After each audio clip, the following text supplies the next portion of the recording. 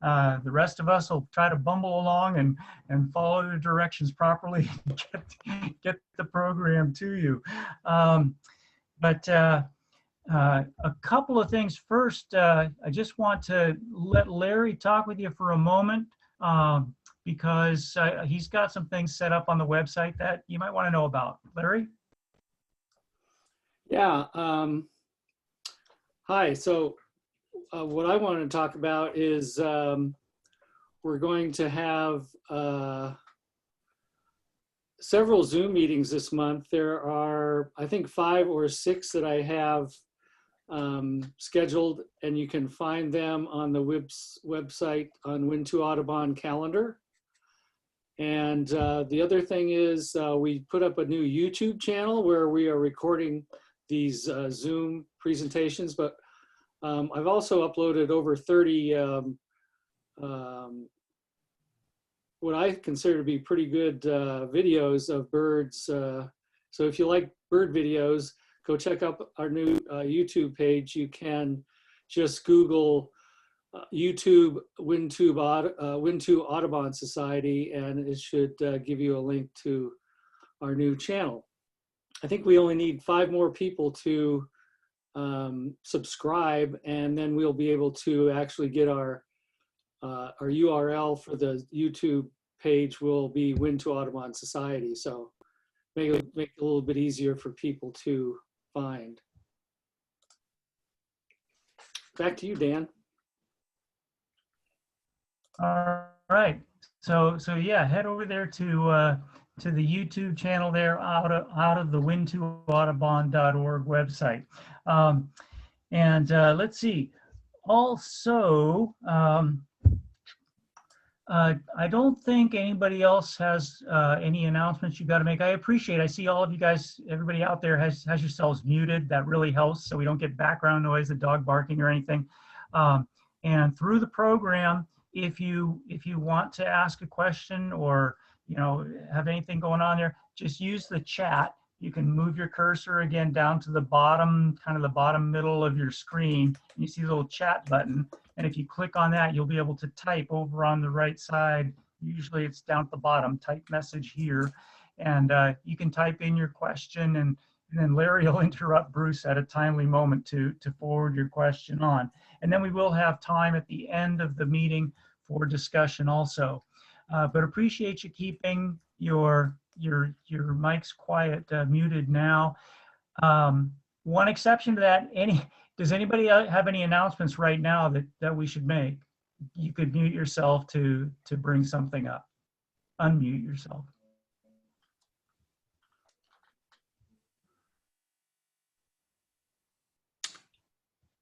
Okay, nobody's quick on the trigger with the unmute button. So I'm going to go ahead and introduce our presenter tonight. I think all of us have some familiarity with the benefits of wind energy. The whole climate change issue fed by fossil fuels. It has Audubon calculating that 389 species out of 604 studied in North America are in danger of extinction, at least seasonal extinction, which would do the job. So we really value the clean renewable energy sources. At the same time, we're familiar with the fact that the wind turbines have a high, just physical, operationally, a high, or have had a high kill rate of birds. And we're fortunate to have, well, one of the folks in on the call this evening on the meeting is Claudia Lyons, who is our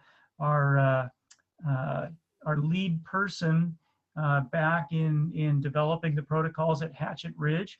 And now we're pleased with the Fountain Wind Project to have with us Bruce Webb. Bruce is retired from California Department of Fish and Wildlife, where he was an environmental scientist with 35 years of experience in environmental planning and wildlife impact assessment. And when he retired and moved up to the hinterlands near Portland, he stayed with the chapter. He is continuing to serve as our conservation co-chair, and he's being the lead on the Fountain Wind project for us, and we're really lucky to have him. And thank you, Bruce, and we're looking forward to your presentation. Thank you, Dan. I appreciate all that. It is a challenging project for Audubon. I think there are a number of issues. Before I get started, I will warn everybody in advance, I have a lot of slides, and I'm going to try to move through them very quickly. And I'm hoping that somebody will tell me, slow down if I really have to, in order to understand a point. And on that, Larry and Dan, will I see the chat questions on my screen as they come up? You can. I would advise you just, Yeah, but I would just let Larry monitor that. All righty. Yeah, I'll let you know if anybody comes up with a question that can't be put off till later. Yeah, very good. So my topic is centering on the Fountain Wind project in the Intermountain area. It's proposed on both sides of SR 299 near Bernie. But I'm going to be touching quite a bit on, as partly an introduction, on the Hatchet Ridge project that Claudia and I were heavily involved in the last part of the first decade of 2000 of the century, 2007, 2008, 2009, and finally it was put into operation in 2010, actually about a month before I retired in December of 2010. And before I get started with it, also, I want to spend just a moment quickly going through what brings us to this juncture in considering the impacts on birds of the wind project, of Fountain Wind in particular. And of course, harkens back to the Hatchet Ridge project as well.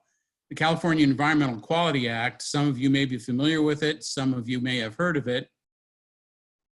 EIR is a buzzword when projects get proposed, and if you've heard that term, EIR, Environmental Impact Report, that comes out of the California Environmental Quality Act. It requires an impact analysis whenever a government agency makes a discretionary project approval. And if there's significant impacts, it requires that an EIR be prepared. And then it requires, furthermore, that feasible mitigation measures be proposed to make certain that significant impacts are reduced below the level of significance. And if any of those impacts cannot be reduced below the level of significant, then the agency can override that fact if it adopts certain findings that the project is more important than the significant impact, in very rough terms. So our question does center on is the take of birds significant under CEQA and under other regulatory agencies as well. There's a number of ways that's decided. You'll hear the term the species of concern or related terms like that. And those terms come into play because of the Federal Endangered Species Act, the California Endangered Species Act, or CESA, and the Federal Migratory Bird Treaty Act. And there's a new court decision regarding the Migratory Bird Treaty Act. I may touch on that later. Also, bald and golden eagles are protected under the Bald and Golden Eagle Protection Act. And finally, a number of species in California are fully protected by direction of the Fish and Game Code or other related legislation. And Fish and Wildlife also designates certain species of special concern. And those species also could be considered special status species. So that's the buzzword you'll hear thrown about, special status species. And that comes into play if a species is identified in any of these regulatory veins. Quickly, I think it was Dan touched on this. Audubon does favor wind power, and this is sometimes turns into a conundrum of sorts naturally. National Audubon strongly supports wind power if it's properly sited in ways that avoid, minimize, and mitigate negative impacts. And likewise, in very similar fashion, California Audubon echoes those views. Smart siting is necessary, but in general, wind power and renewable power is preferred to fossil fuel power. And we all know why. Global warming, and we're seeing it. I'm seeing it in the weather here. You folks are seeing it right now in the weather in Shasta County. As far as Wintu Audubon goes, I'm certain that that board also supports wind power and in general and renewable energy and shares those same feelings. So we go back to the Hatchet Ridge Wind Farm for several reasons. It's serves as a big example. A lot of things happened in that project. There were 44 2.3 megawatt turbines, about 101 megawatt capacity, enough to, if I'm not mistaken, power in the neighborhood of 35 or 40,000 homes. Commercial the turbines were quite large. They were nearly the largest in manufacture at the time the project went into operation, at 413 feet high to the tip of the blade from ground. And commercial operations started in October of 2010. Now the Fountain Wind project, as now proposed, is going to have more turbines, 72. And they'll be, some of them may be smaller, but many of them may be quite a bit larger, up to 5.7 megawatts each. And the project, if they all were 5.7 megawatts each, could produce as much as 260 megawatt capacity. And furthermore, those big turbines could be up to 675 feet high to the blade tip. And if you ever visit the Hatchet Ridge Wind Farm and get a feel for the scale of these turbines, and then imagine a turbine that's almost half, again, as much high, truly it boggles the mind, and you owe it to yourself to go out $2.99 and get as close to the turbines as you can to get a feel for it. I do understand that they do tours on occasion, and I don't know what the status of those are, but it really is something to see.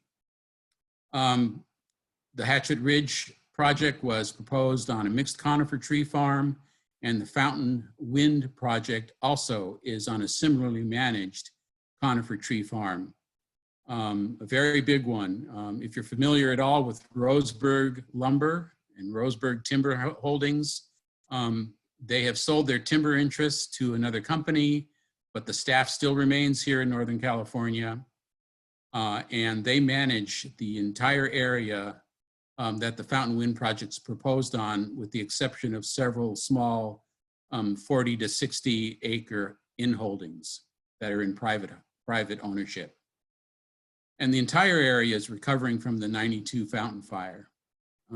It's managed as a tree farm, but many parts of it burned to the ground, you might say. They got very crisp. And those areas have been replanted in large measure with, well, I'll get to the next slide and that'll explain it. So here's where the Hatchet Ridge project was. Bernie's over here. I believe you can see that. And the turbines are arrayed here, 44 turbines right on the Hatchet Ridge itself. Some of the turbines slop over the end of the ridge slightly. Of course, Redding is this way. Here's Round Mountain and Montgomery Creek. Gives you a sense of exactly where the Hatchet Ridge project was and is. In doing the Hatchet Ridge project, they did some wildlife studies, and I present these slides so that we can do some contrasting between that project and the one before us now. There were bird and bat use counts a full year, 30 minutes per week. and there were bat acoustic detectors in one location, and those bird and bat use counts were augmented after the EIR was released with additional migratory bird surveys and additional bat detectors. And those additional surveys were done in connection with the mitigation that was decided upon when Hatchet Ridge project was approved. One of the key species that were identified as being in risk of turbine strikes from the Hatchet Ridge project is the greater sandhill crane. Its status is state threatened, and it's fully protected under state law. The best estimate they could come up with in reviewing the possibility of a bird being killed was 1 fatality every 3 years. As I said, it's fully protected under Fish and Game Code 3511. You cannot get a take permit for greater sandhill crane in California. Fish and Wildlife cannot issue it. Likewise, bald eagle was identified as being at risk from the turbines, from turbine strikes. It's been delisted under the federal ESA. It's still covered by the federal Bald and Golden Eagle Protection Act. Its state status is endangered and it's state fully protected, just like the greater sandhill crane. The estimate of mortality was that 1 fatality every 2 to 3 years could occur. As I said, for sandhill crane, for greater sandhill crane, no endangered species permit under California law can be issued. The wildlife impacts imagined for Hatchet Creek included other raptors and migratory birds, hawks, golden eagle, which are, by the way, fully protected also. American kestrel, also fully protected. Osprey and yellow warbler. Bats that could be of special status that could be impacted included pallid bat and spotted bat. And both of those are SSC, which stands for State Species of Special Concern. Actually, Species of Special Concern. That's a California designation under California law. So the draft EIR came out and it said that there would be significant unavoidable impacts to greater sandhill crane and bald eagle, because the turbines could kill them.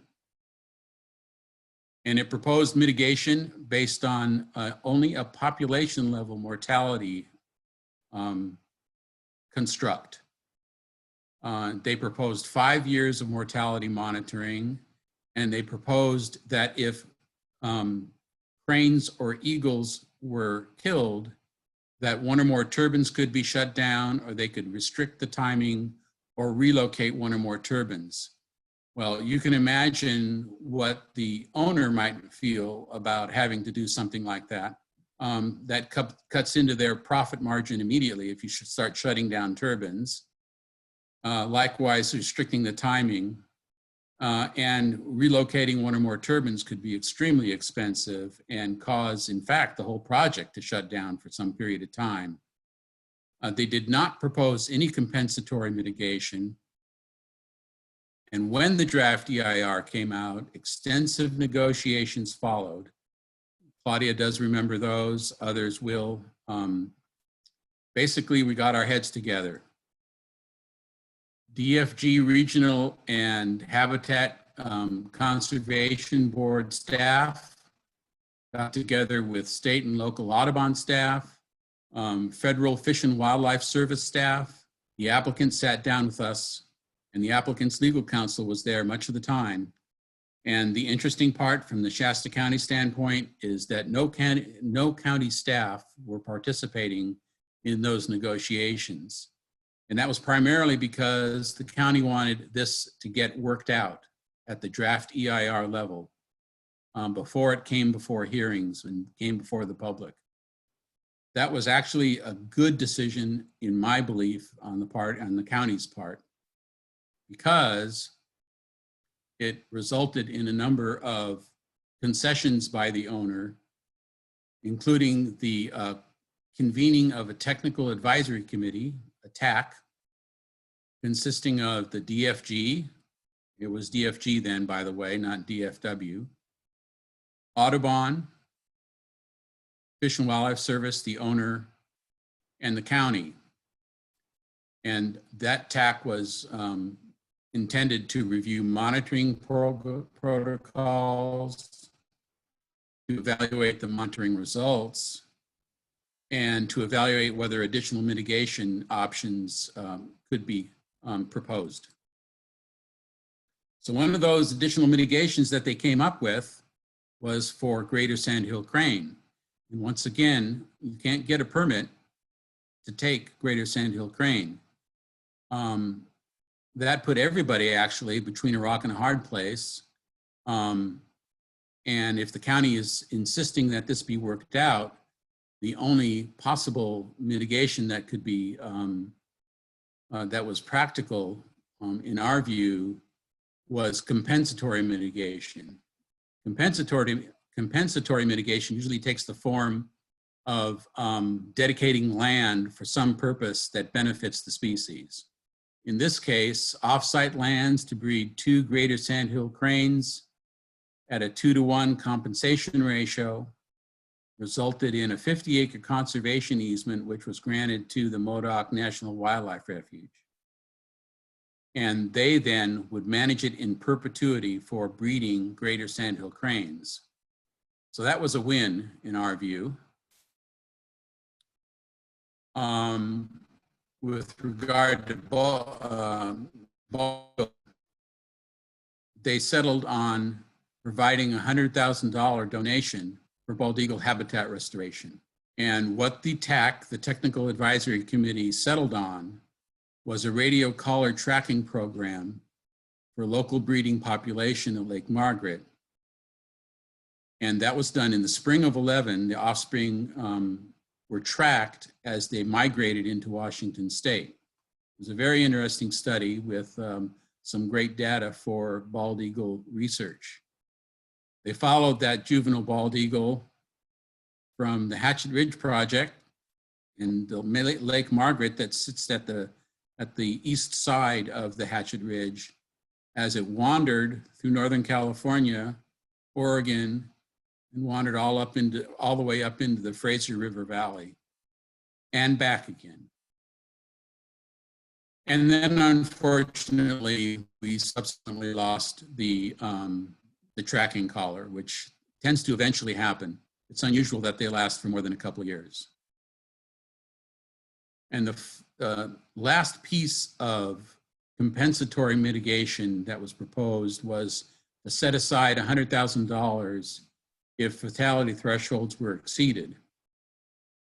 And that would be used to either buy more on-site habitat improvements, to provide additional off-site compensation at another location in the vicinity. And of course, per the tax recommendation, one of those would be selected.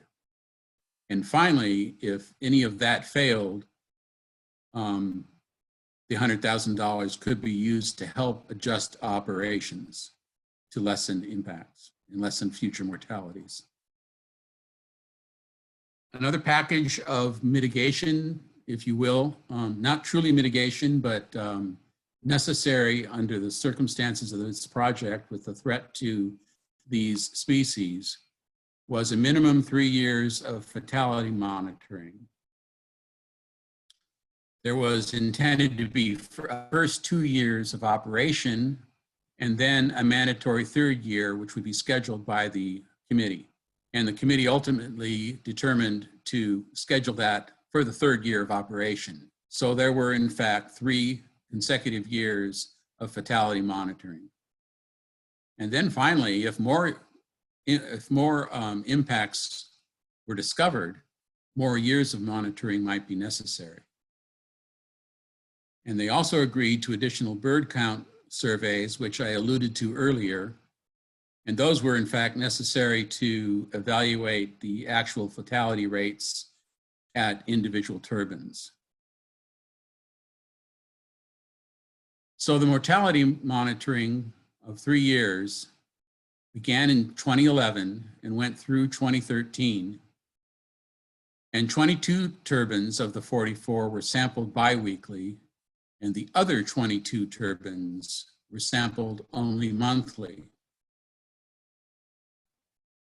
And the results included that 51 songbirds were discovered, having been killed by the turbines, 51 waterfowl and water birds, 13 American coots, 3 mountain quail, a bunch of unidentified birds, and 4 red-tailed hawks.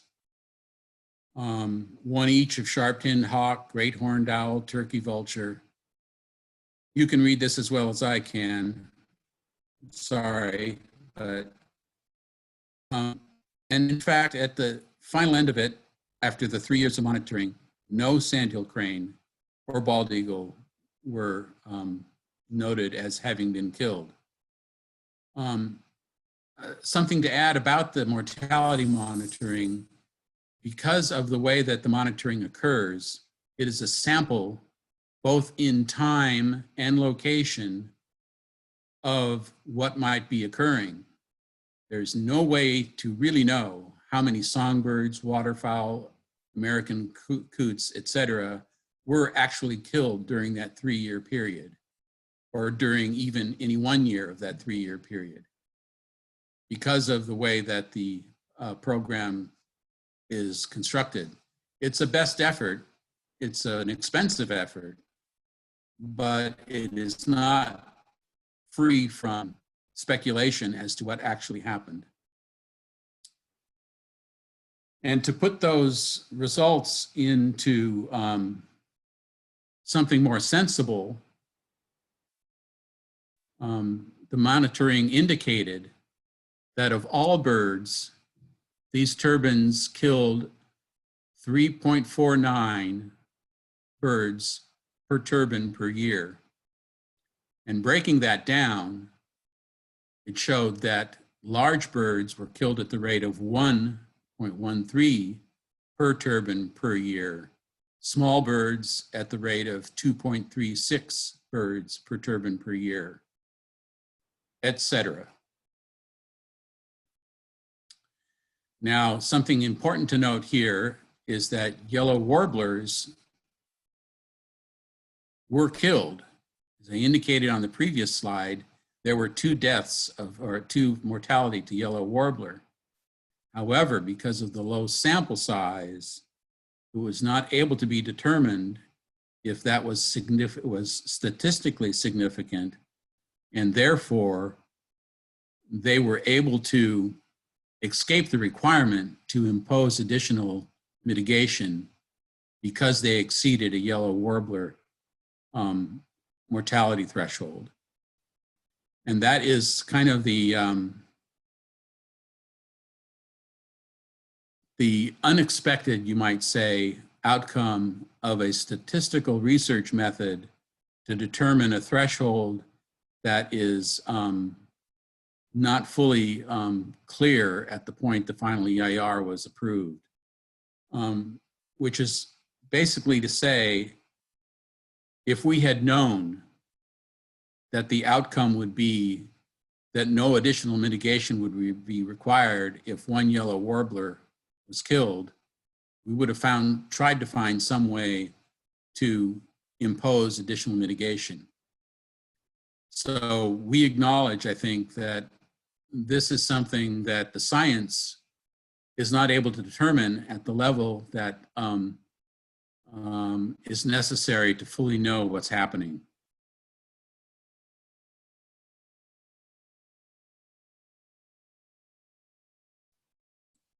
So to compare the Hatchet Ridge mortality to other wind farms, at 3.49 turbines per year, or per 3.49 birds per turbine per year, that's low to mid-range of wind farms in the Pacific Northwest.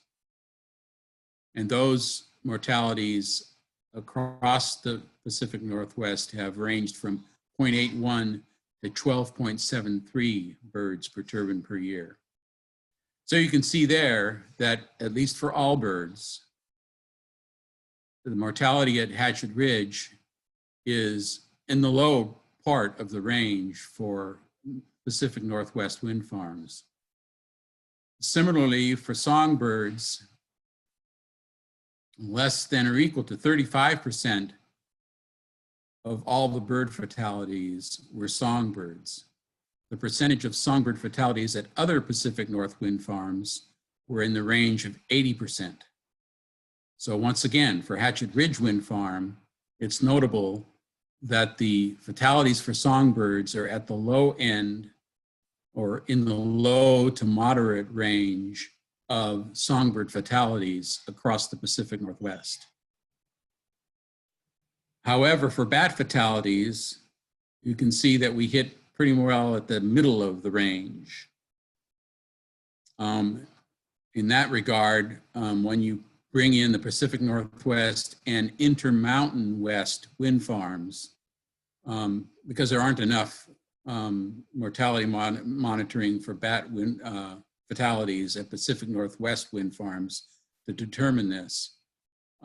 Nonetheless, Hatchet Ridge was pretty much at the mid-range. And it's also interesting to note that bat fatalities are off the charts on eastern wind farms that are built on forested ridges. There are a lot more wind farms on forested ridges in the east. Bat fatalities there range from about 21 to 70 per turbine per year. Whereas at Hatchet Ridge, it was 8.94.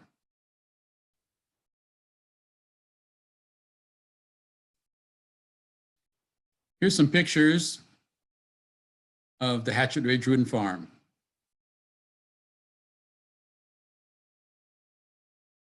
You can get a little bit of an idea for scale. You look at this rotor assembly with a pickup truck in the foreground.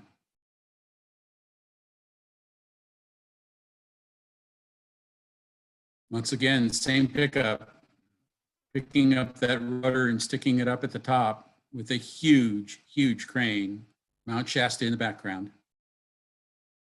Could I ask Larry or Dan how I'm fixed for time? We're doing okay. We're doing all right.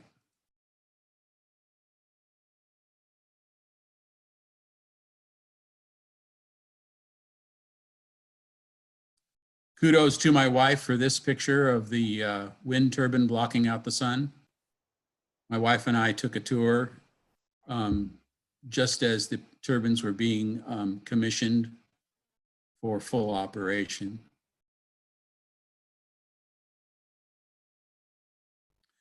So on to the Fountain Wind Project. And before I get into it, what I'm going to do is play for you a promotional video that the owners prepared. And so I'm going to flip out of this PowerPoint. And I'm going to go here. Oops.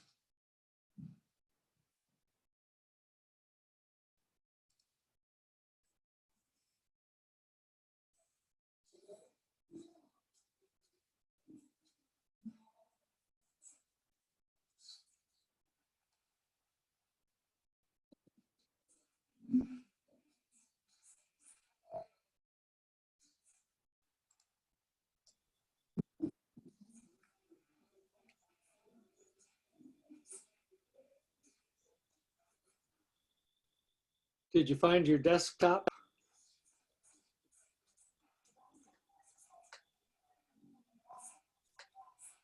Loud enough, Larry? We're still looking at your PowerPoint, at least I am. I don't see the video. Oops. Well, it's on my screen. Why is it not showing? If you click on your share button, it might you might need to choose. It'll give you some options on what you're sharing. So you might need to do that. It says new share. Aha. Okay. Got it. I'm going to start over.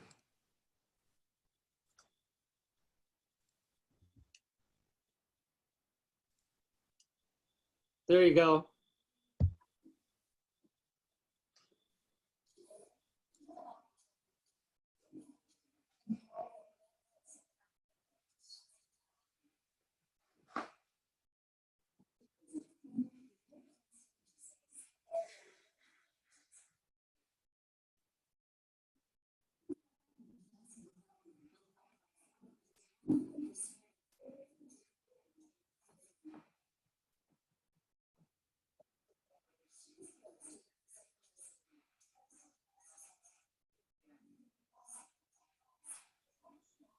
If there's sound, I can't hear it.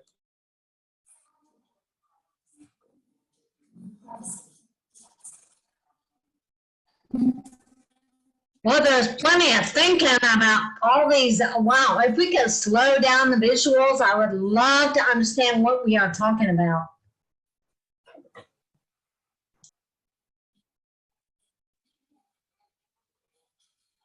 Have you got video? Have you got audio? I can see you, but I don't hear you. No audio, Bruce.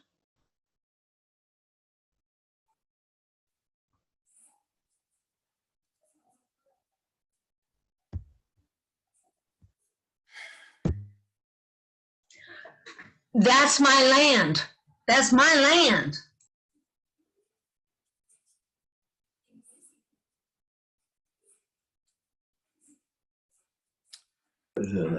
What are those spots? Are those turbines? There. Those are turbines? Can you hear it now? Will generate an estimated 260 hear it megawatts now? of electricity, enough to power 86,000 We can hear it homes. now if you want to Depending on the start it final over. turbine type selected, up to 72 turbine sites could be needed.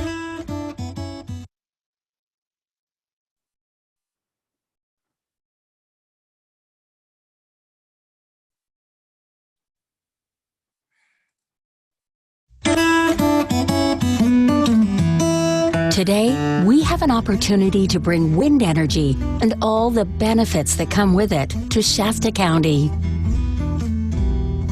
Wind energy is a clean, low-cost energy source available right here in Shasta County. A wind farm in Shasta County will help California meet its 100% renewable energy goal by 2050. Wind energy is one of the cheapest ways to produce electricity, drastically less expensive than nuclear and even less than natural gas, without the environmental impacts. Similar to other commodities, wind energy can be harvested here in Shasta County and then delivered to customers via existing transmission lines that have sufficient capacity. That's just part of the reason why ConnectGen is developing the Fountain Wind Energy Project. ConnectGen is an independent renewable energy developer with strong financial backing, with approximately 5.7 gigawatts of renewable energy developed in the United States. Fountain Wind is part of their goal to increase America's supply of low-cost clean energy. Fountain Wind is located in the center of Shasta County, just west of Boerne along the 299 highway. Let's take a closer look at the project area. The project area provides direct access to an existing 230 kilovolt transmission line. The existing Hatchet Ridge project is located to the northeast of the proposed project site.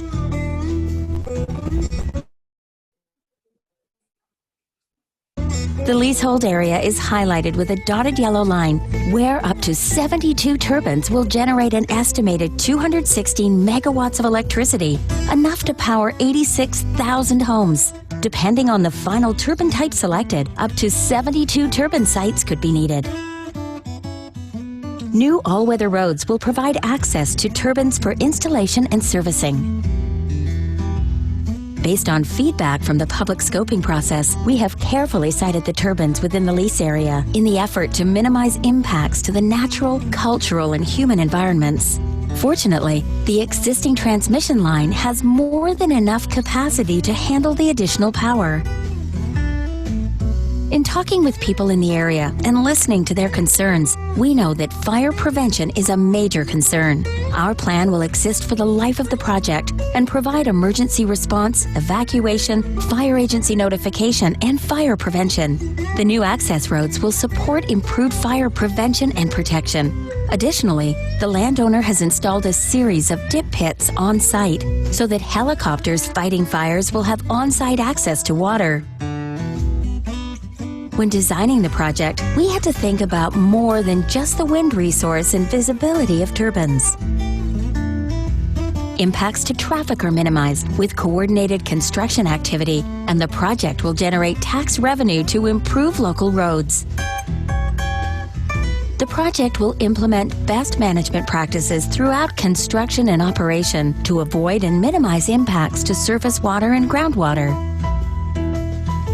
Turbines and access roads are sited to minimize the need for significant grading and preserve natural land contours. Ground disturbing activities will be limited to only that which is needed to safely construct and operate the project. All disturbed areas will be reclaimed to pre-construction conditions as practicable. Fountain Wind will meet the strict Shasta County sound standards. Noise reduction measures will further minimize disruption and annoyance during construction. At the end of the project's life, roughly 30 years, financial securities will guarantee responsible decommissioning and restoration. Let's look at some benefits to Shasta County and its residents. Over the life of the project, Fountain Wind will pay $50 million in tax revenue to Shasta County. Fountain Wind will also pay $3.5 million in sales tax to the local community. At its peak, Fountain Wind will create more than 200 construction jobs. We plan to donate $1 million to benefit not only Shasta County, but the Intermountain communities of Round Mountain and Montgomery Creek. During the 30 years of full-time operations, we will have up to 12 full-time employees working in the community. Fountain Wind, harvesting the wind to power an economic boon for Shasta County.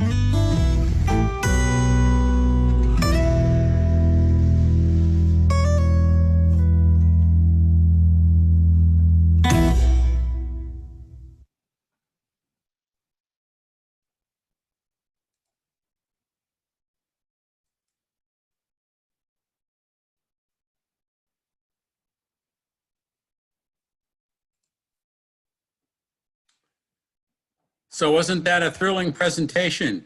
Everybody like that? Truly, it is a good project in terms of energy, but we still have concerns about impacts on birds, and we're going to look at that. Here's a project layout of the 72 turbine sites. Bruce, you probably need to go back to your other sharing screen. Click on your share button again. Oh. To get back to your slideshow.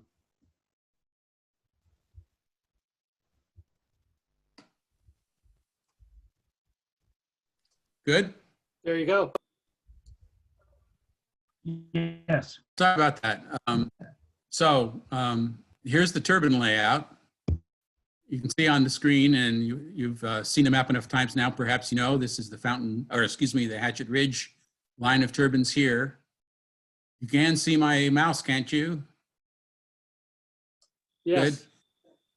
Good. And here's the 72 turbine sites, each of these little circles, and access roads connecting them. Many of these access roads are new roads. In fact, very few, or relatively few, I should say, of the existing roads in the project will be refurbished for the for the project. I have a question. Bruce, Just a moment. have you driven those roads? Yes. Most of these roads on the map are not here. Mary, I wonder if you could hold your questions till the end. Is that all right? Yes. Thank you. Yeah, Mary asked, do we know where these roads are and have we driven them? There is an existing, very quickly, there's an existing road that heads off, called Terry Mill Road, that heads off 299 here, winds its way through the project,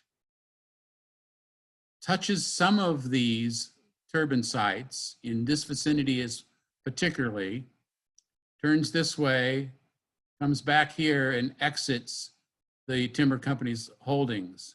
Most of these roads are not here now.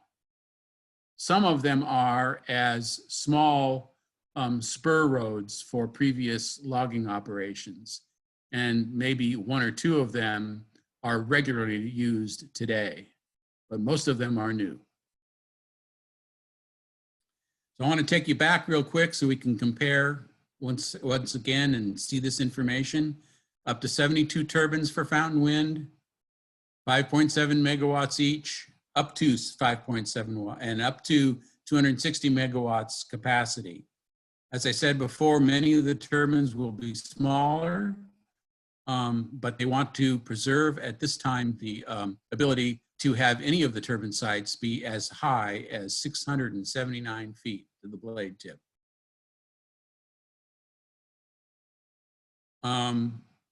There are some differences between the two. There's a number of similarities in terms of the areas, but there's some marked differences in my view. Hatchet Ridge is a ridgeline turbine array, and the tree farm there is Ponderosa pine, white fir, and a rather sparse understory, especially now that much of that understory has been removed for the turbine pads. In the Fountain Wind area, the turbines are much more widely dispersed and more expansive. And there's a wider variety of tree species, both as tree farm species and as trees that survived the fire. And that means there's a number of incense cedar throughout the area, and a great deal of Douglas fir. And in fact, if you can imagine that the timber owner has, the landowner has planted a lot of Doug fir because it's much more merchantable than Ponderosa pine and white fir, more valuable. And in fact, there's more habitats and understory in the Fountain Wind area. Naturally, there's more turbines, there's 28 more, and they're up to 266 feet taller.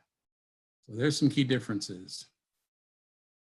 Back in 2018 and 2019, Wintu Audubon commented on early versions of the project as the project was being scoped as to its size, the bird studies they might do, the layout of the turbines, and other pre-planning issues. Some of those were submitted to the public, and some of those were submitted just to Wintu Audubon and Department of Fish and Wildlife, California Department of Fish and Wildlife, and also to U.S. Fish and Wildlife Service. And our comments said that we don't believe you can fully rely on Hatchet Ridge data, that you do need more project-specific studies. So in other words, to use the Hatchet Ridge bird surveys, which were done before the Hatchet Ridge project was built, in order to scope what kind of impacts there would be for the Fountain Wind project, without doing new bird studies, would be a big mistake. And clearly they agreed, as you'll see soon. We said that the bird surveys must comply with the California Energy Commission CEC guidelines, and that they should not just be in the spring and fall. Now, that comment came at a time when we had been led to understand that they were just doing spring and fall surveys in 1 year. And we also said they need separate raptor and migratory bird studies. And we also said that they should consult with us. The CEC guidelines say that conservation organizations like Wintu Audubon should be consulted with by the planners of the project. And finally, we suggested that there should be a technical advisory committee, just like there was for Hatchet Ridge, to decide post-construction mitigation implications and discuss what kind of adaptive management might be necessary if there are continued impacts, such as birds being struck by the turbines. So we had a role, and some of that happened and some of it didn't.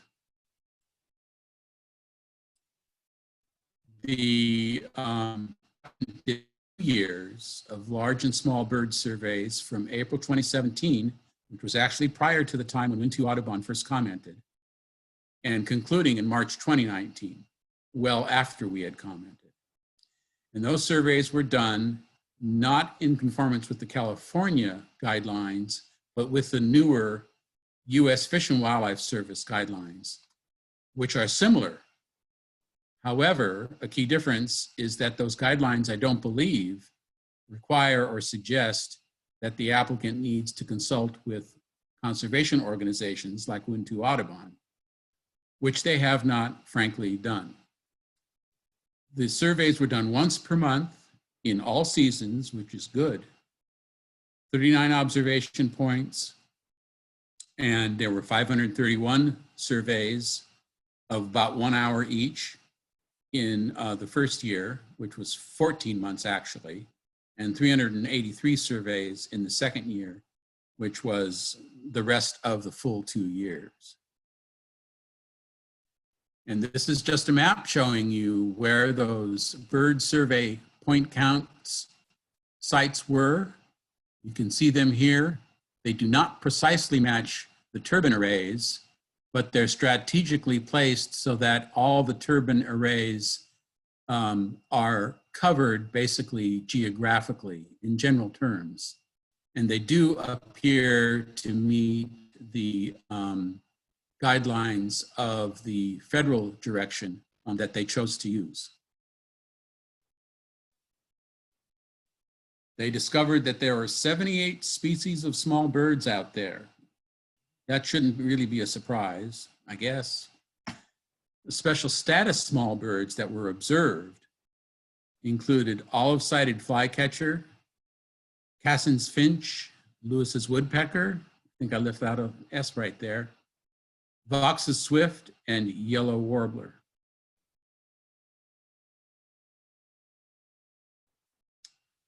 And so I chose to show you pictures of each of those. Here's an olive-sided flycatcher, Contopas cooperi.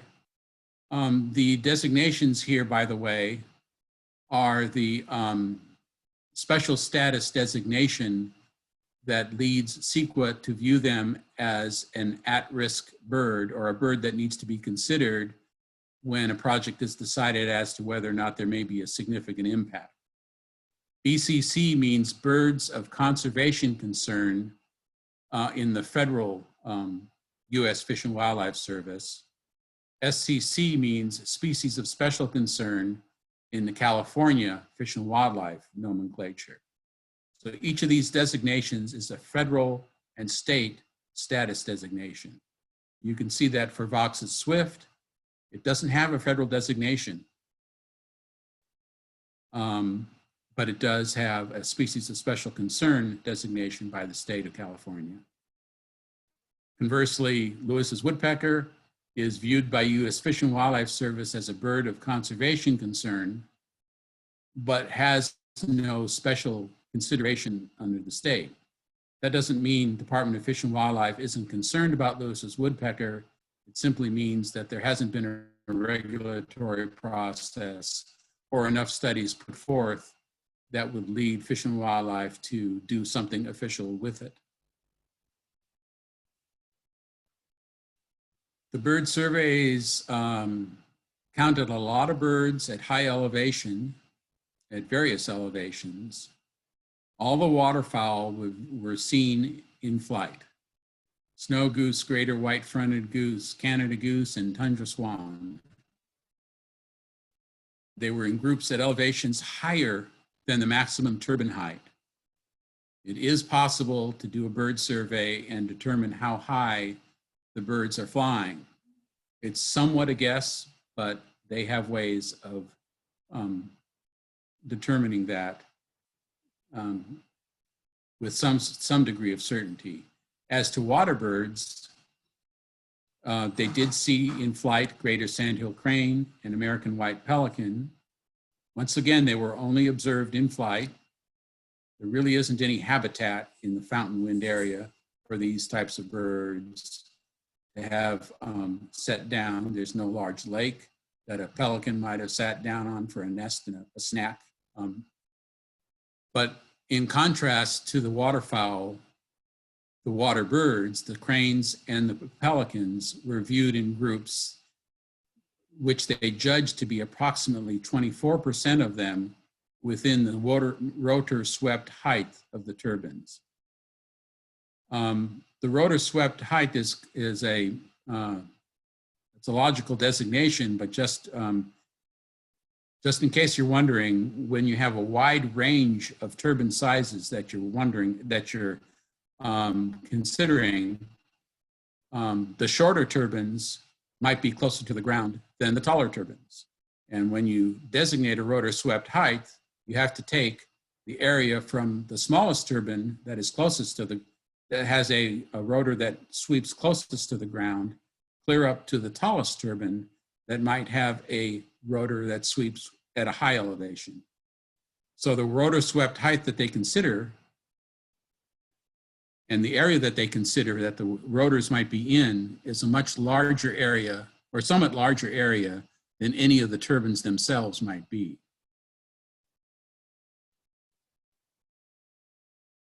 So you're looking at a lot of words, and I tried hard to give you something else to look at.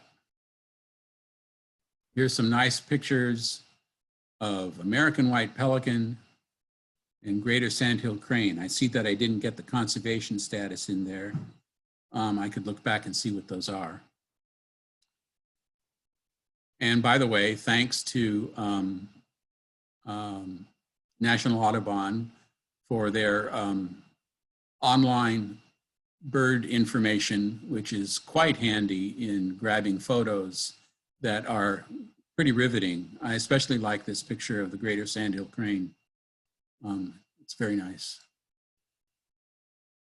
They did other bird surveys. They did a great gray owl habitat assessment, and they discovered that there's no clear areas of suitable habitat.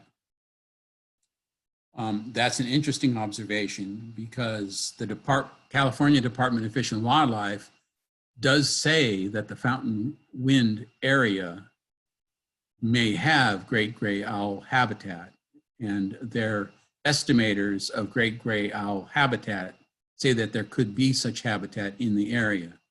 When you get down to it and look at it, these folks determined that there were no such areas. They did a raptor nest survey. They did not find any large raptor nests within the site at the time they surveyed. They also did a northern goshawk nest survey, and they did an eagle nest status survey. That's all published information, incidentally. They did a little bit of field work to verify that some of the eagle nests that are known for the area are indeed still there and are indeed still active. They did a California spotted owl assessment, and they decided that the suitable habitat for California spotted owl are actually limited to the southeast third of the site. That might be interesting in determining impacts for the turbines in those areas. And finally, they also did a willow flycatcher survey, and they didn't find any willow flycatcher or catchers or their habitat.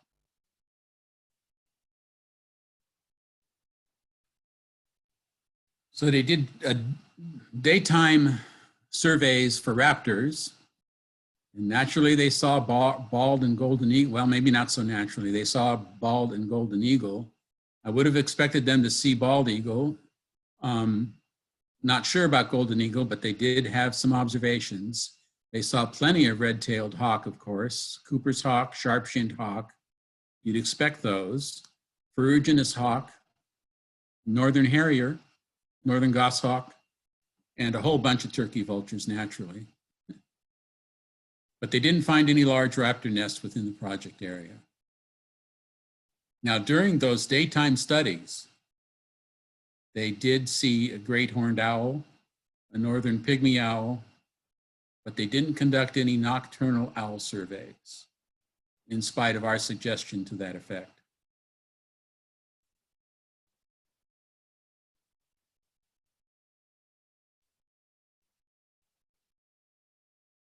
Once again, a golden eagle doesn't actually have any federal status, but in California, it's a species of special concern, and it's fully protected under the Fish and Game Code.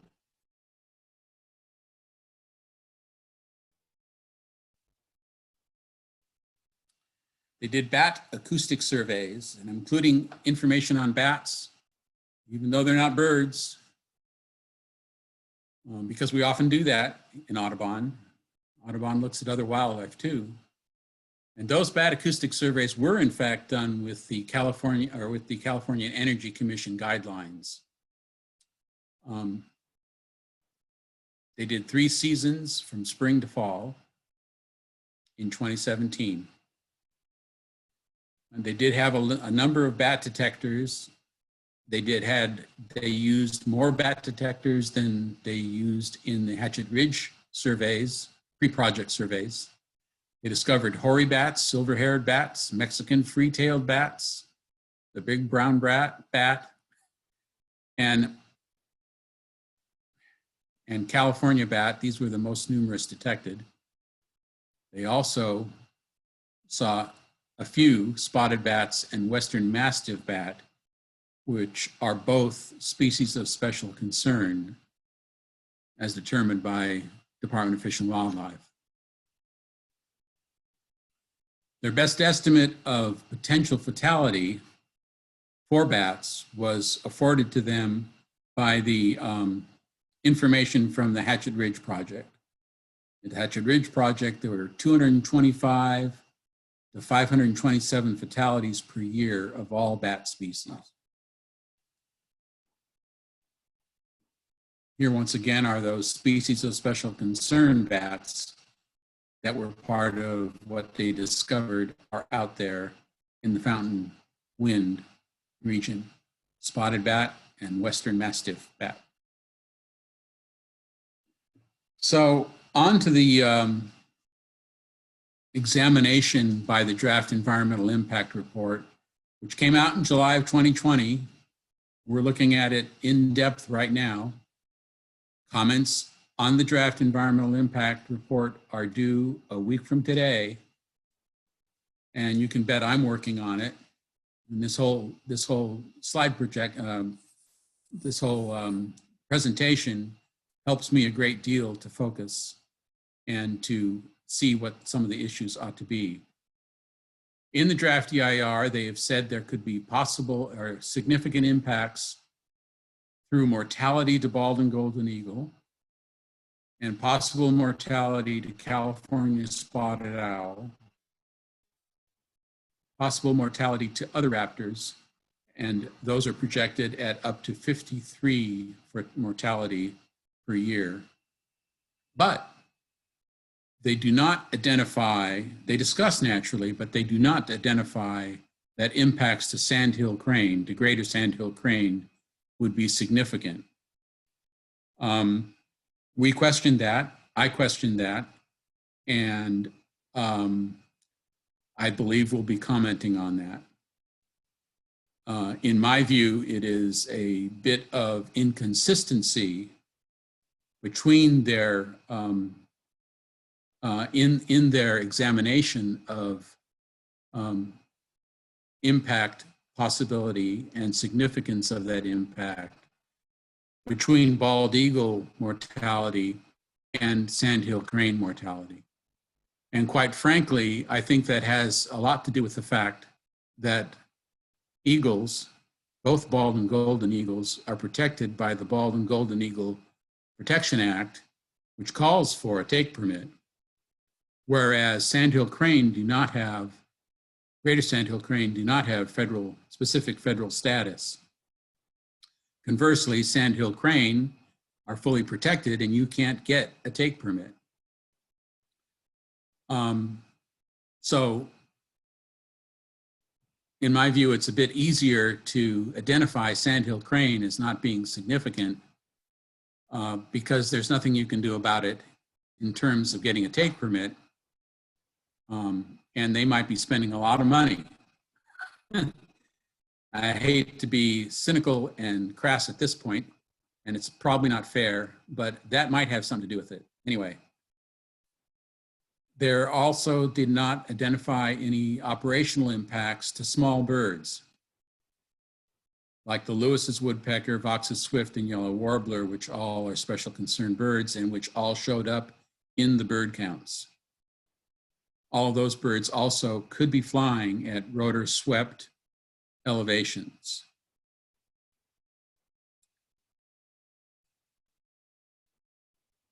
Speaking of California spotted owl,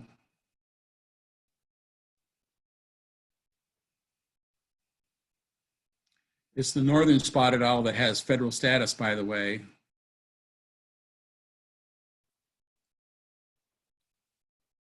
So what does the Fountainwood project propose as mitigation for the significant impacts?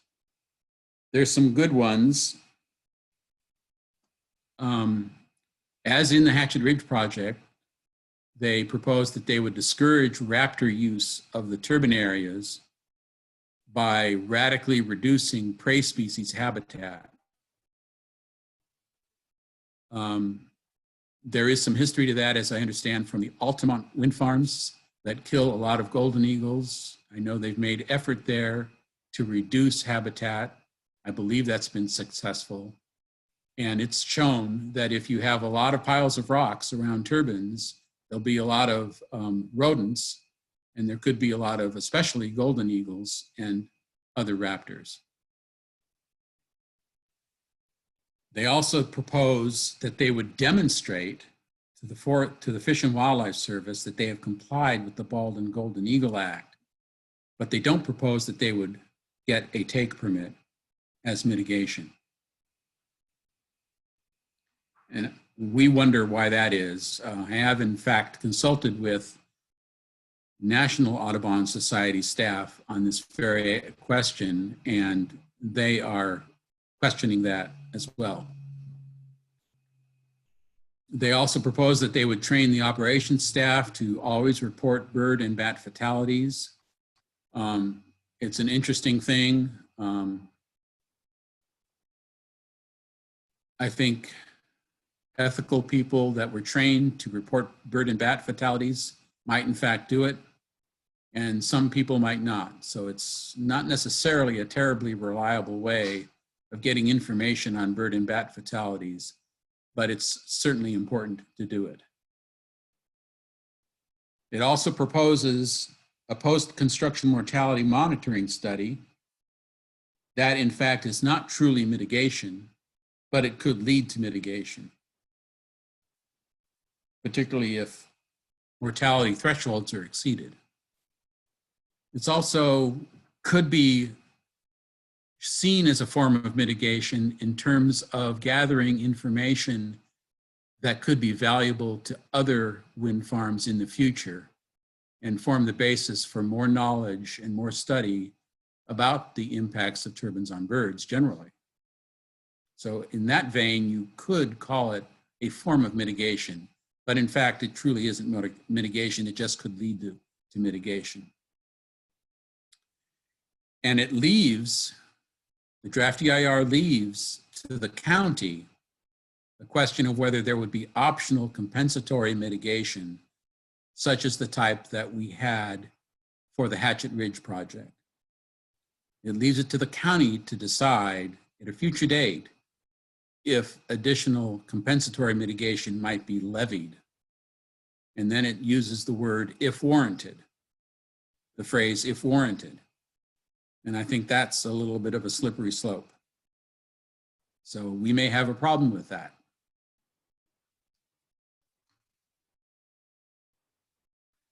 So it's, as I said, it's proposed as mitigation for possible mortality to bald and golden eagle and other, quote, sensitive, unquote, raptors.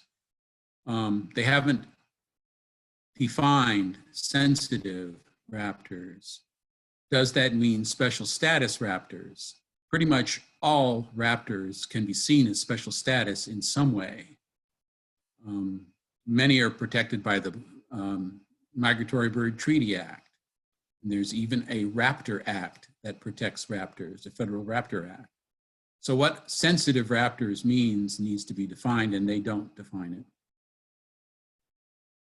And they say that they will monitor for all avian and bat mortality, as well as just for bald or golden eagle mortality.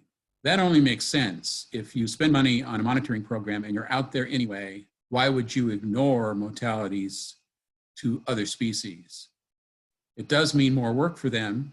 They have to compile those mortalities and do statistical analyses on how many birds might be ultimately killed by doing the mortality test and counting those. So it's more work, but it only makes sense. They're proposing 3 full years, starting with commercial ops, and then they say that there should be a 30% detection probability for eagles within the mortality monitoring. They don't say what the detection probability should be for other birds.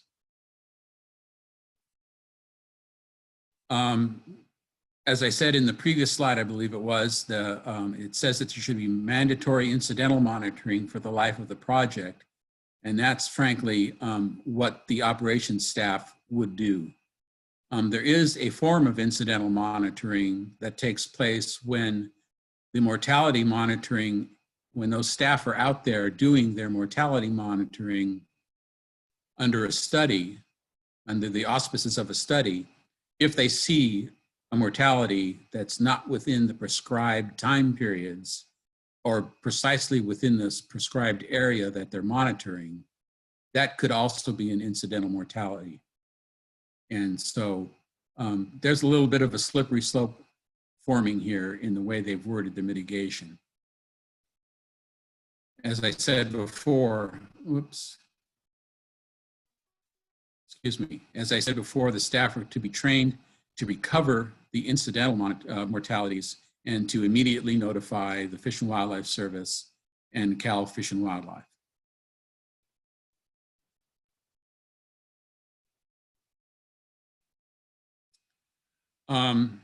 The mortality thresholds are proposed in the mitigation scheme. 1 or more bald eagles in any monitored year. For all other sensitive raptors, 6 of the same species per any 1 year. And for northern goshawk, 2 for within any 1 year. And for bats listed by the Western Bat Working Group, that is a consortium of folks from U.S. Fish and Wildlife Service and Fish and Game and biological research folks and consultants that formed a working group to look at bats, because bats are frankly missed in the analysis by lots of projects. And the threshold, they would say, would be 3 for the high priority species as identified by the Western Bat Working Group, and 6 for the medium priority species. So what happens if these thresholds are exceeded? That's where it gets a little interesting with this project, or even more interesting. They say that they would impose mitigation as recommended by the Fish and Wildlife Service's land-based wind energy guidelines. Those are not real specific. as to what type of mitigation. Then they proposed that they would selectively reduce turbine speeds as necessary, and that they would use low intensity ultraviolet light or ultrasonic deterrence systems. With regard to these first two, reducing selectively the turbine speed is something that will most likely be opposed by the owner and be difficult for them to implement. It doesn't mean it can't be done, and it doesn't mean that it might not be somewhat effective. But there's a great deal of uncertainty, I believe, in relying on that form of mitigation, particularly in as much as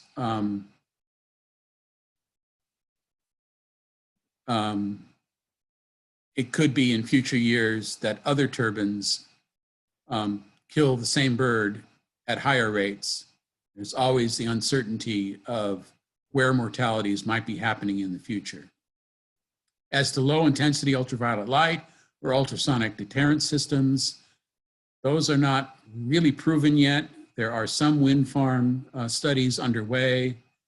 I understand from my contact at National Wild Audubon that it is rather speculative to rely on these as being some sort of effective mitigation. Quite frankly, I think that at this point in time, they would more likely fall into the category of speculative or uncertain mitigation as defined by CEQA. Well, what about contrasting rotor colors? There are studies from wind farms in Europe that has been effective. At those wind farms, the sample size is somewhat small. There aren't a lot of turbines where they've done it, and they are not land-based. Whether there are studies underway now, I'm not real clear. And frankly, it might not fly, excuse the pun, with the FAA, the Federal Aviation Administration. They're very concerned about how turbines are painted, how they're lighted. They have specific requirements, and messing around with the rotor colors might be difficult to get them to approve. I don't know where that is. Right now, I don't believe it's even been proposed because the studies that indicate this might be a way to go haven't been corroborated by additional studies and are too small to really think that we can rely on those. So finally, the mitigation decisions would be as recommended by the U.S. Fish and Wildlife Service and California Department of Fish and Wildlife and the county. And my question is, for the Hatchet Ridge project, a conservation organization was included in that deliberation. And that conservation org was Wintu Audubon, in fact. And they are not proposing that that happen now. So they are essentially leaving us out of the loop with regard to that. We don't have a voice. We may have something to say about that. They do go on to mention that compensatory mitigation might be necessary, but only if there's mortality to bald or golden eagle, and only as decided by Shasta County, not as, in fact, as be required by the final EIR. So in other words, the final EIR, the draft EIR suggests that additional mortality mitigation could be compensatory mitigation, but it doesn't say that it must be, and it says that it would only happen if the county decides, not U.S. Fish and Wildlife Service and not California Department of Fish and Wildlife, and certainly not Wintu Audubon. And that compensatory mitigation could be retrofitting of electrical utility poles off-site, somewhere else, arguably somewhere nearby so that the same set of species or the same populations of impacted species are benefited, but it doesn't really specify that. Possibly funding carcass removal from roadways. I don't believe personally that that's a very important way or a very effective way of compensating for an impact. They also suggest that they might fund the acquisition of a conservation easement for nesting, foraging, or roosting habitat. Now that's a good one, but once again, it's only if decided by the county at some future date. I think that's a slippery slope, and we'll have something to say about that. Also, what about greater sandhill crane? They have identified greater sandhill crane as not being a significant impact. And in my view, they don't give a good enough reason to say why it would not be, particularly with the track record of identifying it for Hatchet Ridge. It is true that there weren't any mortality of sandhill crane in Hatchet Ridge, and that wind farm is the only one in the area that is a good one to, a good wind farm to try to relate to.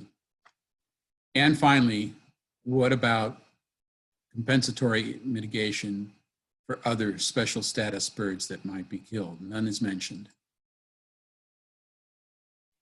So that concludes my talk. I know I've gone longer than most people expected. I want to once again acknowledge the audubon.org/bird guide for many, if not most, of the pictures. And once again, my contact at National Audubon, who I spoke with again today, John Belak's been very forthcoming, very helpful. And I want to acknowledge that I did talk at length with both Henry Waltag and John Cuba of ConnectGen. They are very friendly folk. They are very eager to please. They did not write the EIR. The county's consultant wrote the EIR. These folks might have, in fact, something to say about how comfortable they are with the EIR. I haven't talked with them about that, but they probably will file their own comment letter on the EIR. So, is anybody left? And Yeah, does anybody have?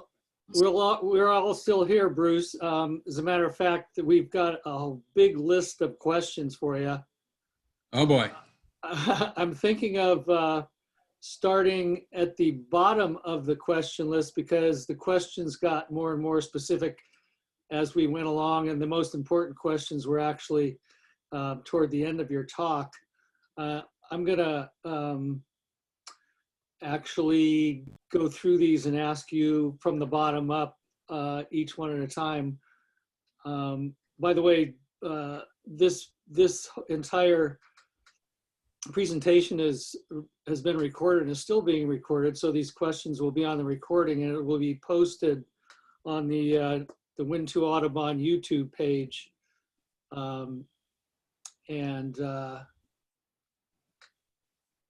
And everybody can watch it. I believe that the chat can be saved and shown on the recording also.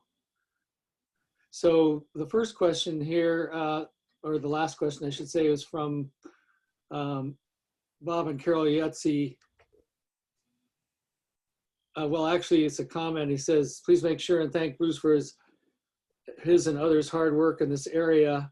He also made a comment that so the county who benefits financially gets to decide some of these things, but not Wintu Audubon, who doesn't benefit financially. They have not involved us, in other words? In essence, yes. I think that it's only fair to say that the representatives from ConnectGen would be delighted to be able to talk to us, but they're pretty much constrained from being able to talk to us at this particular juncture. By who? I think once that comment deadline has passed, And the draft EIR is being addressed in terms of the process of formulating a final EIR, that those folks might be quite willing to speak with us. I can't explain two things. I can't explain whether there is any justification for them not including Wintu Audubon in the post-construction deliberation. If there is some reason that we ought to be constrained from that, I'm not aware of it, but it could in fact be a reason that could be argued. I don't know. Okay. And Marianne McCrary says, I think Department of Fish and Wildlife will have to say in the mitigation unless CEQA has been significantly altered recently. Department of Fish and Wildlife will have a say in the mitigation.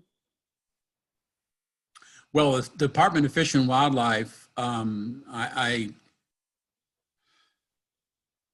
don't suppose it's important to keep it a secret, but we will be talking with them, and I have talked with them in the past. And it's not unusual for us to compare notes.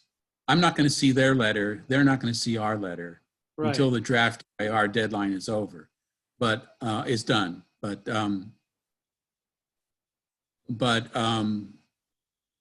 we will be collaborating with them, and that is a good idea simply because they might be able to give us guidance, or even, for example, explain why they may agree that Wintu Audubon not be involved in post-construction mitigation deliberation. Yeah, we intend to work, I intend to work closely with Fish and Wildlife staff just to compare notes. And I already have. I've had a number of conversations with them over the last 2 years, much less the last 2 months. So that's happening. Very good. She also says, Marianne, it looks like mortality chances could be much higher than Hassett Ridge because of the physical arrangement of the towers, them not being in a single line but scattered around. And a concern of mine that the design of the Fountain Wind project is a number of turbines in divergent and disparate locations. They're widespread across the landscape. They do typically, obviously, being proposed on ridge tops, but not in every case. You might have a turbine on a high point and another turbine on a lower point below it, just because the wind says that's a good place. But I am concerned about the widespread nature of the project. It has a tendency, now I'm not a wildlife biologist by training, but I've sat across the table any number of times from wildlife biologists who have lectured me that one of the biggest impacts that can occur from projects of this type or any other that have widespread facilities is the fracturing and dividing of habitat. And yeah, another question from Marianne, is there any chance for a TAC that would make the mitigation decisions, and would decreasing habitat that attracts raptors include poisoning rodents? We hope not. No, that would not pass muster with best management practices. I would hope not. There are many mitigation. Incidentally, I should add, and I never did early on, that my focus on the entire talk has been on turbines versus birds. in terms of operation. That is the risk of killing birds.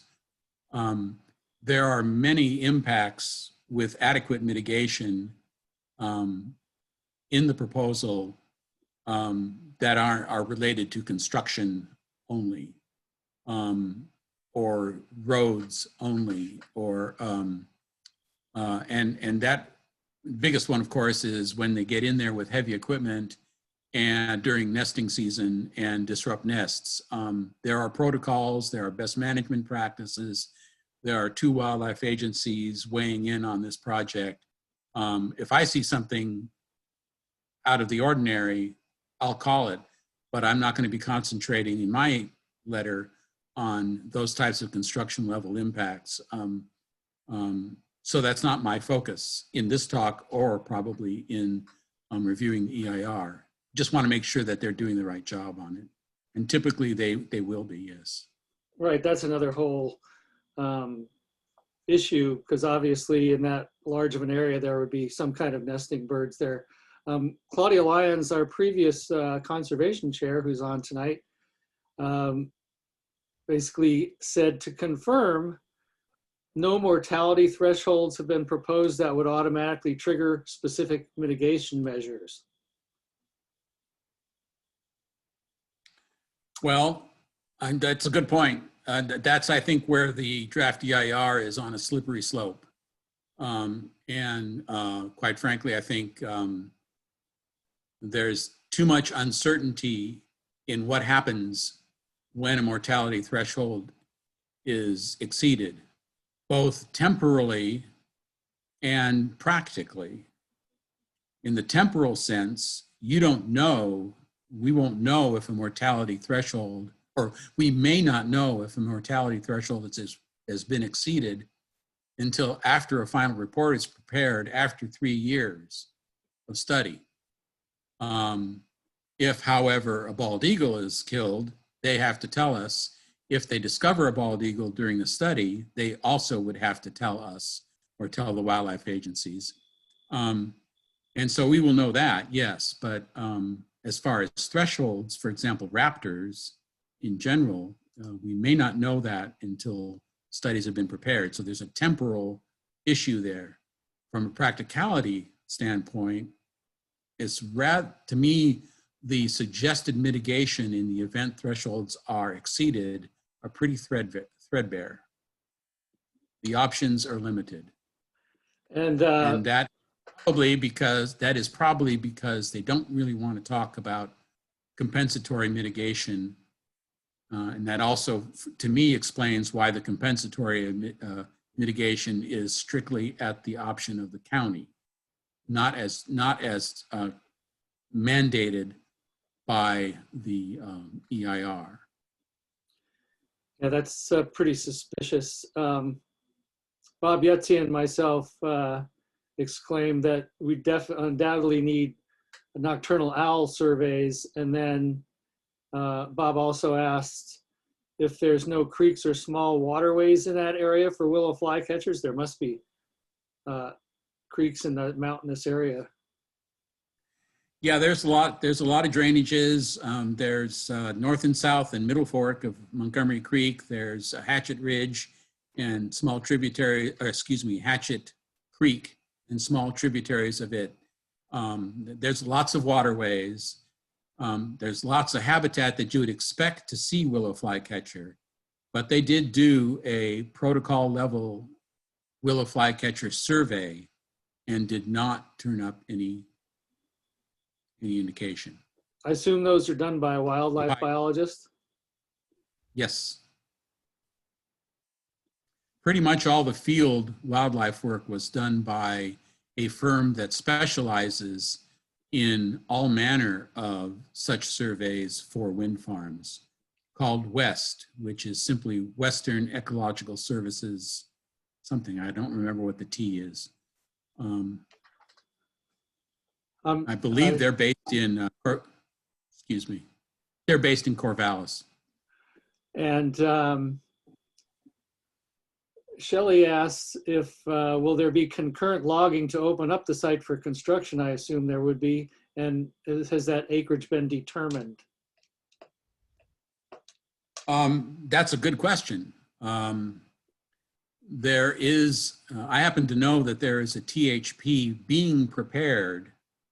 I've been told by the forester for that THP that it's a routine THP because the timber owner needs to keep going and keep logging, you know, and keep managing its forest. So they claim that it's routine. Interestingly enough, it appears that some of the logging areas coincide with some of the turbine areas. Yeah, I saw. Sorry, I noticed in your slide that there was a lot of what looked like clear logged areas, patches of cleared areas all over the place. Yes. Was that for the wind farm, or was that done previously? Those are all previous. I'm pretty confident those are all previous. But the EIR does mention, and in fact, thoroughly mention the requirement to do a THP to clear the timber for the project. Interestingly enough, the EIR, unlike a normal THP that doesn't have a project sitting on top of it, or doesn't have a project that precipitates it, in this case, the THP is probably going to use the EIR as its CEQA document. Normally, a THP is its own CEQA document. In this case, the THP will just be an approval based on the EIR itself, with additional information on precisely which areas are being logged. Oh, Claudia has another important question. Given the low mortality thresholds proposed and that bats are usually killed as a result of pressure change in the proximity of a turbine and often show no outward sides of impact, what is the likelihood that mortality of dead bats discovered would fail to be attributed to the turbines? That's a good question. I don't know the answer to it. Whenever they do a mortality survey, the design of the survey has to account for incidental or unrelated, I guess is the right word, unrelated mortality. And when you see a dead bald eagle on the ground below a turbine, you pretty much have to assume it's been whacked by a turbine. Yeah, right. When you see a bat in the area of a turbine, you don't know if it didn't die of old age. So they have to incorporate those possibilities into their study criteria. And I would expect that they would have to.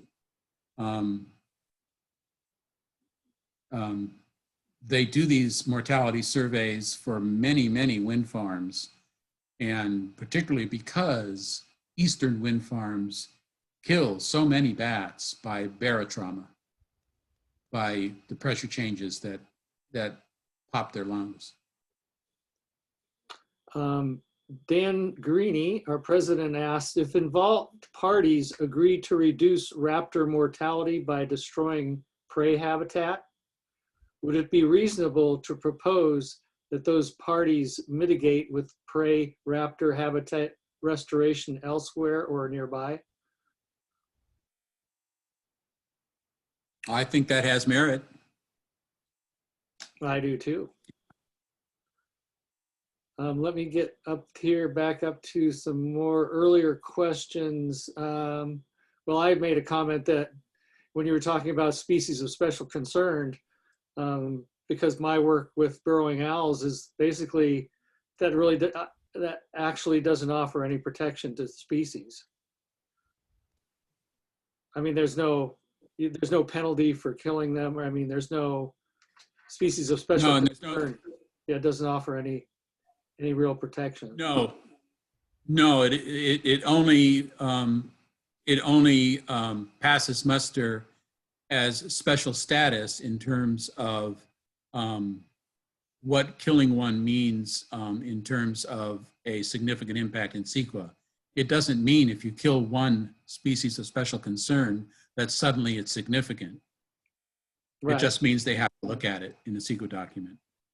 There was Whereas many other animals that may be killed, if they're not population level, the CEQA document doesn't require any thorough examination. Wow. One of the things in the video, they mentioned that that there's a 30-year life of the original turbines, and they kind of made the impression that they would then remove the turbines and put the land back the way it was. Is that what they would do, or would they just replace the turbines with new ones? I would think they replace the turbines. They do say that in the EIR. It's an option. Okay. The use permit's issued for 30 years because they know that things change. And, right. You know, maybe in 30 years, our power transmission lines will not be the main way we light and power the world. Maybe it will be, instead of a distributed system, maybe it'll be a destination, or there's a term for that, destination location, or in other words, the demand-based, like putting solar cells on top of parking lots and shopping centers. Maybe that happens in 30 years, not likely, but maybe. But yes, the equipment's going to wear out, and the county always tries to reserve its right to revoke. So there would be a hearing, but more than likely they would simply get another 30 years. Claudia always asks, can you share with us some of the comments and or suggestions you plan to provide in response to the portions of the EIR that you disagree with? Well, I've shared some of that. If I were to summarize, I would say, well, I have to be careful that I don't. If I were to summarize, I would say that the fact that they are not, first of all, I think Wintu Audubon ought to be a part of the picture. And that's, you know, that's an issue that I want to push for. And anything I propose to say, by the way, it's up to our board to decide if that's important or not. I don't want this to be a one-man show, and I don't presume that it ought to be at all. But there would be the fact that Wintu Audubon's not included. That's not necessarily a mitigation issue, but in fact it is in terms of us having a say in what's considered ought to be done if fatalities do occur, and what levels they occur at. And I think the other biggest thing is that they don't generally have a mechanism for imposing compensatory mitigation. And I think that it is appropriate in many of the cases where they discuss the significant impact, both for greater sandhill grain and other species. Right, thank you.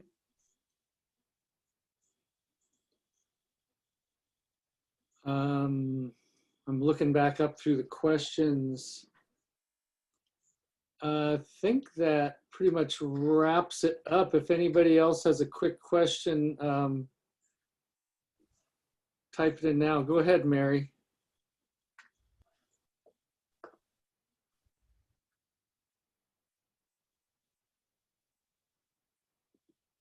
By the way, this is Mary Mallory. She is my sister-in-law.